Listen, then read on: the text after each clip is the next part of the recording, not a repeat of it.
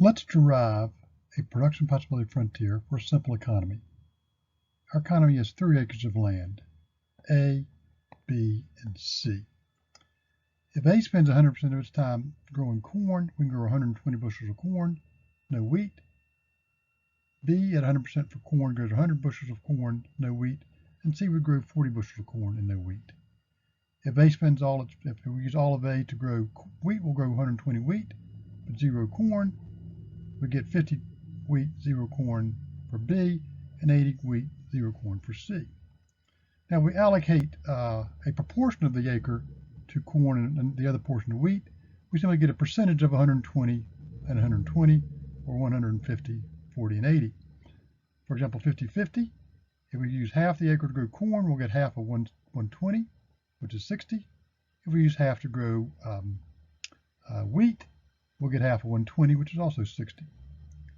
If we use half of B to grow corn, we'll get half of 100, which is 50. If we use half of B to grow wheat, we'll get half of 50, which is 25. If we use half of C to grow corn, we'll get 20, which is 1/2 of 40. And if we use half of C to grow wheat, we'll get 40 wheats. We can use this information to determine how much corn and wheat the economy can grow.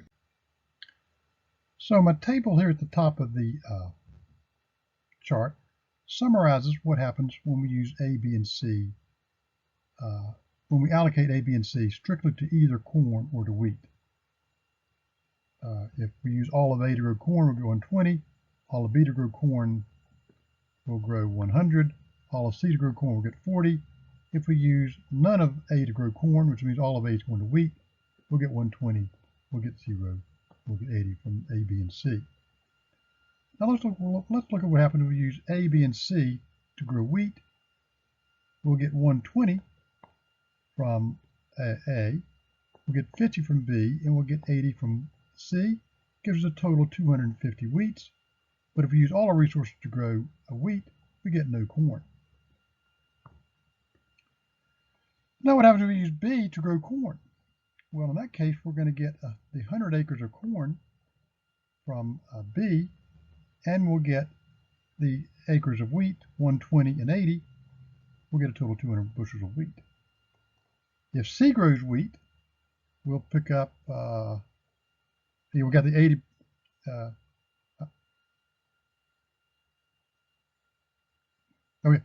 if C grows wheat, even I get confused. If C grows wheat, we'll get the 80 bushels of wheat from C. If A and B grow corn, we're going to get 120 plus 100 for a total of 220 bushels of wheat. And finally, if A, B, and C all 3 grow corn, we'll get 120, we'll get 100, we'll get 40 for a grand total of 260 bushels of wheat. So this graph contains the points we developed earlier. Point A shows you what happens when we use all of our resources to grow wheat. We get 250 bushels of wheat, but we get no corn. Point G shows what happens when we use all our resources to grow corn. We get 260 bushels of corn and no wheat. As we move resources away from wheat to corn, we get less wheat and we get more corn. As we move resources away from corn to get wheat, we get less corn and we get more wheat. Point D shows us that if we want to produce 140 bushels of wheat, the most corn we can produce is 160. It also shows us if we want to make 160 bushels of wheat, if we want to make 160 bushels of corn, the most wheat we can make is 140. Now, so the production possibility frontier shows us the most of one good we can make given the amount of another good that we are making. Now we'd really love to go maybe to point H. Point H has 180 bushels of wheat, 180 bushels of corn. Point H is obviously better than point D because point H has more of both wheat and corn, and people like more stuff. They want more wheat and they want more corn. However, point H is not feasible. Our production possibility frontier shows us that we cannot get to point H. If we want 180 bushels of corn, the most wheat we can make is 120. If we want 180, let's see, I got the other one. If we want 180 bushels of wheat, the most corn we can make is 120 again. Nice symmetric curve. This gap between what we would like to have and what we can produce is called scarcity. Scarcity means that goods and services have a cost. To get more of something, somebody, somewhere, somehow has got to give up other stuff. It's going to happen. As Milton Friedman used to say, there's no such thing as a free lunch. Now, we can also, it is possible to reach a point like J.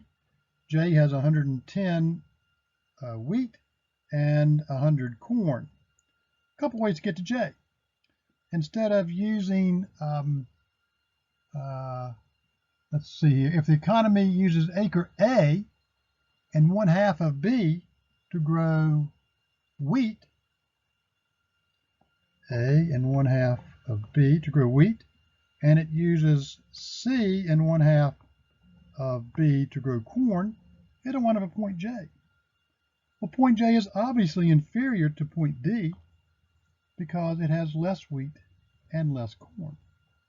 So if we use our resources in a bad way, if we allocate our resources in a bad way, we can wind up inside the production output frontier. Such an outcome is called inefficient, or such an outcome is inefficient. Efficiency occurs when the economy makes the best use of its resources. One way to fail to be the best is to produce less than the maximum amount that you can produce. Another way to reach point J is to have resources that are unemployed. Let some land lie fallow. The economy will produce 100 bushels of corn and 110 bushels of wheat. If it uses B to grow corn and uses fallow, does B to grow corn, C and 1/4 acre of A to grow wheat. We're going to let 3/4 of A lie fallow. That would put us at point J, but again we have less than a maximum amount of output. That's one of the problems with unemployment. When we have unemployed resources, we don't get all the stuff we can obtain, and people want more stuff. We can also show this curve illustrates that the opportunity cost of, so let's say, more corn rises as we get more corn. Let's talk about what happens if we go from point A to point C. As we go from A to C, we're going to get 100 more bushels of corn. Okay, so we're going to get 100 corn. But to obtain that corn, we've got to give up 50 bushels of wheat. At point A, we got 250 bushels of wheat. At point C, we only have 200 bushels of wheat. So we give up 50 bushels of wheat to get that 100 additional bushels of corn, which is the same as 50 wheat per 1 corn. I'm sorry, I did that wrong. I can do it this way. There you go. Erase it. Which means we give up 2 bushels of wheat for every bushel of corn we obtain as we go from A to C. The opportunity cost of 1 bushel of corn in this range is 2 bushels of wheat. Now, if we go from C to E, here we give up, here we gain, that's going to be 220. We gain 120 bushels of corn. And we give up 120 bushels of wheat. So that's 1 wheat per 1 corn. Over this range, the opportunity cost of an additional bushel of corn is 1 bushel of wheat. And finally, as we go from E to G, we go up here to 260, we gain 50 bushels of corn, but we give up, we gain 40.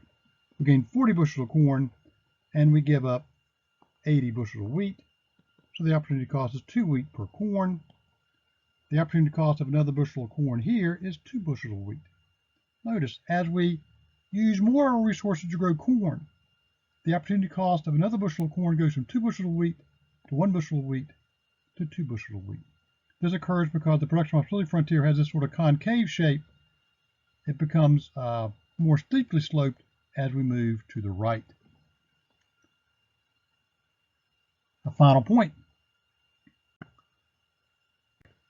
This production possibility frontier is not static. It can shift. For example, if we've got more land, we would shift the frontier out and to the right.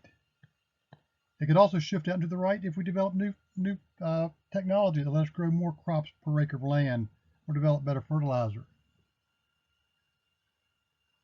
It can also shift in and to the left. Suppose, for example, we discover that a certain fertilizer has bad environmental effects and we outlaw the most effective fertilizer.